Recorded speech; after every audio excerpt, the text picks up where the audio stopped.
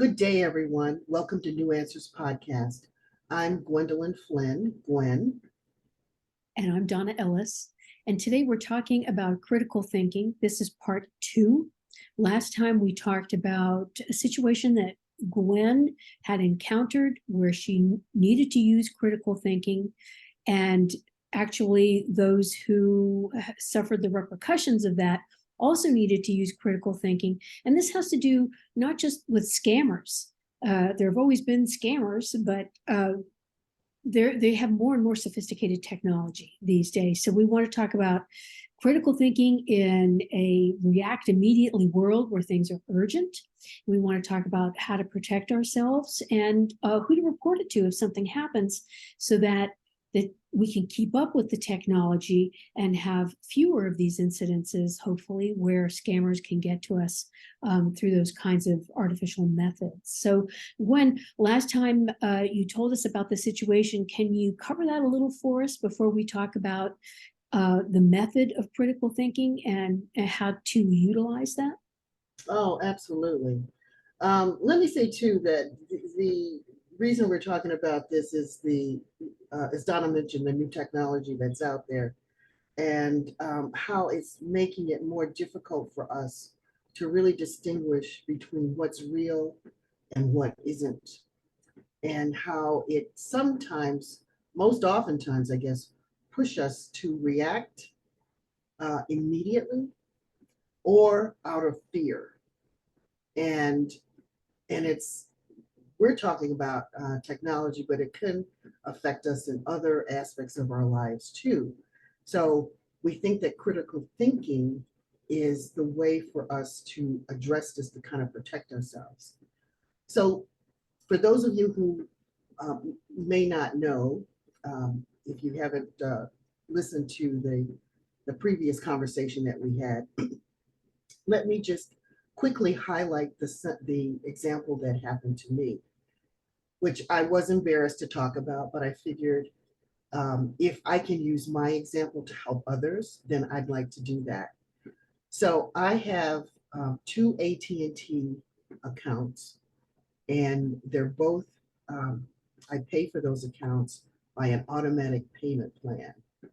I had to do some changing to my financial situation, and I was able to update that information in my one AT&T account, but I failed to do it in the other account. And AT&T reached out to me and said, "Hey, what's going on? You need to update your information." I went into my profile and verified that indeed I did not update that second account, and so I did that.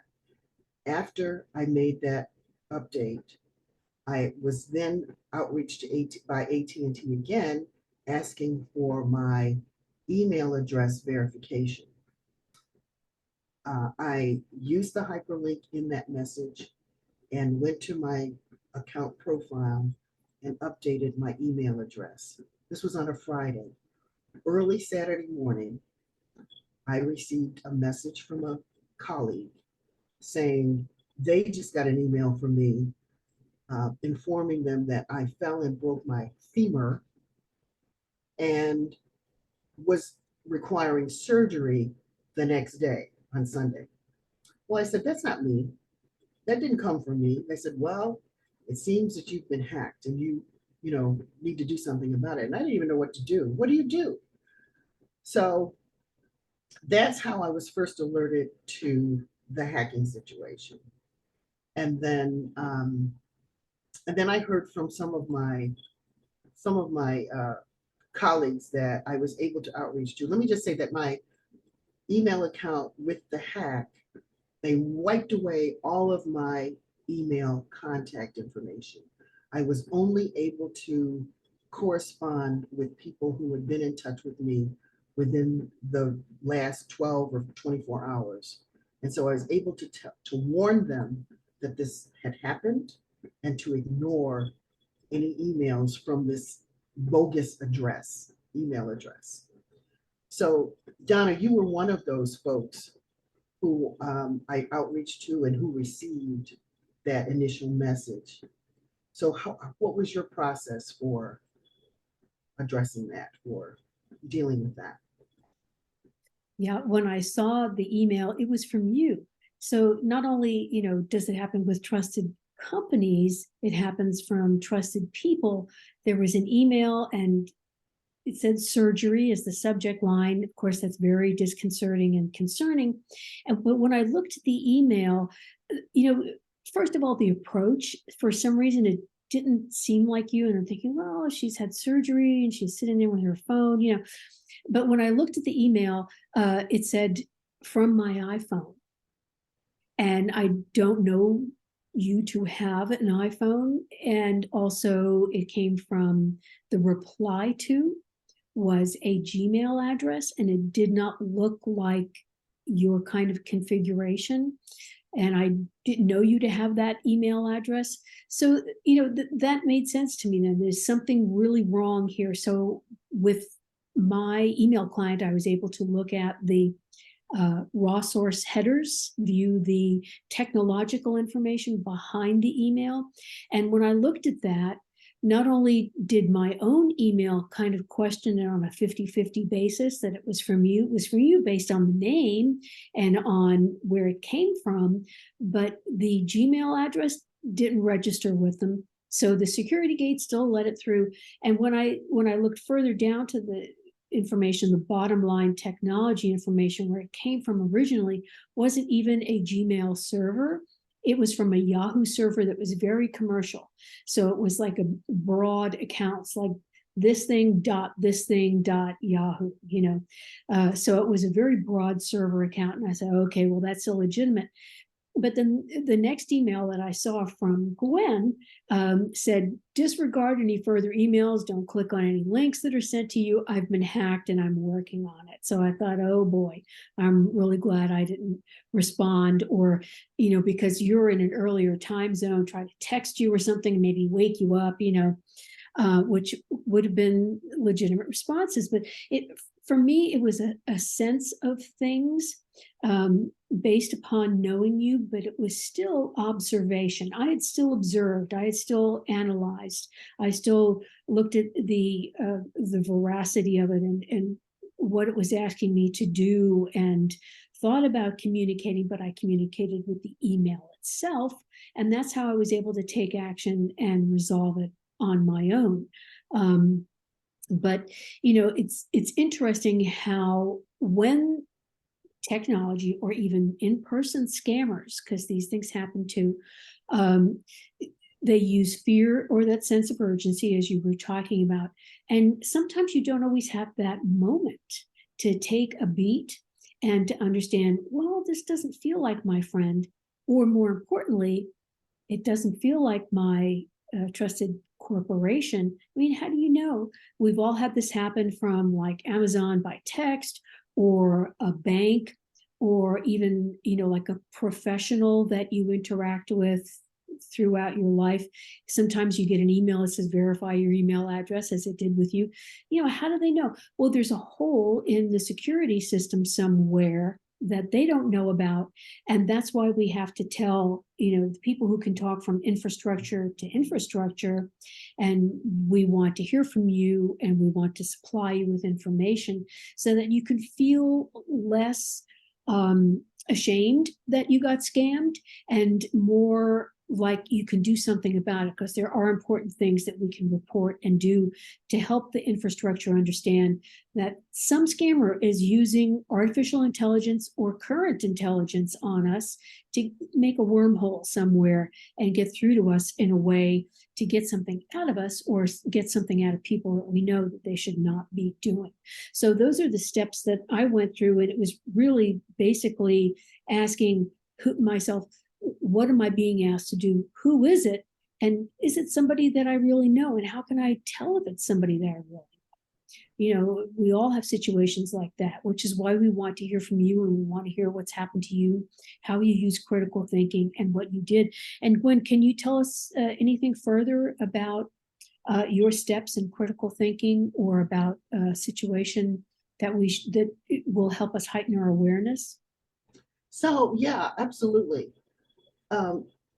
Donna is talking about some of the 5 key critical thinking skills that after the fact, I've become aware of, did some research, and I found that these are some of the 5 skills that are associated with critical thinking. So observation, paying close attention to details of your surroundings and your circumstances. And where I was concerned with this hacking, because I'd had this interaction, legitimate interaction previously with AT&T, I let some of those observations fall short. So I just glanced at the message that I got for the logo and for some of the details of the fine print that appeared to be the same as the legitimate requests that I had received previously. So I didn't go deep enough into it to really discern whether or not this was legitimate or not. Um, and the analysis is the second critical thinking skills uh, component. And that's the ability to evaluate a situation thoroughly, gathering all of the data that you need. And that's where, again, I fell short. Um, Donna mentioned hovering or having a program in her system that allows her to see who the responsive, who the reply to email is from. Um, I don't have that, but what I could do and what you can do in the future is hover over the emails, whoever sent the email, to see who who indeed is the source of this email. And that can help you to discern whether or not this is legitimate or not. So that's one thing. That's the one thing I failed to do under the observation and analysis with the data collection. Making assumptions is the third area, just drawing conclusions from the information that you gather, making sure you're gathering all the information. And then communication is the next one. I should have called AT&T to verify that this was coming from them. I did do that like after the fact, but I should have done it even before I submitted the information, but I didn't. And then once you have all of those observation, analysis, assumptions, communication, then you're able to do some resolution of the situation. And that's like taking, decisive action based on this information. So those are the 5 steps.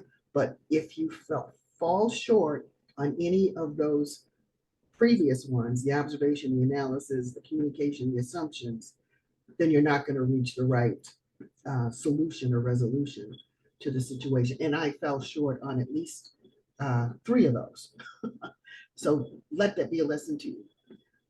And hopefully that won't happen to you. But the deal is, I felt ashamed that I should have known that this, was not, I should have done more, because it really wasn't an urgent thing. It was just expedient. I had just communicated with AT&T, and so I thought I could quickly answer this question that they asked and go on to my next thing. When in fact, I should have taken a beat. That's another lesson. Don't respond immediately. Take some time to collect the data that you need before you make a decision and before you take any action. And that's for anything. This is around technology, but it could be around anything. And so that's the process that I went through, and that's where I fell short. And that's why I'm sharing this with all of you, so that you don't make the same mistakes that I did.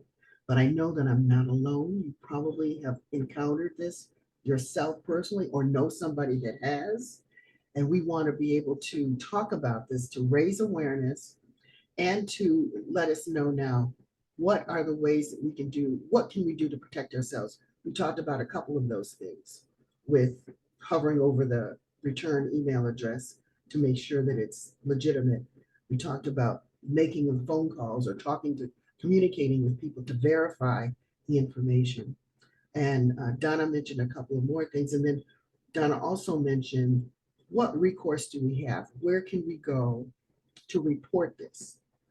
And I think the more that we report this, the better it'll be in terms of finding those regulatory agencies that have authority over these businesses to be able to come up with some guardrails that they can put up to protect us as we try to protect ourselves.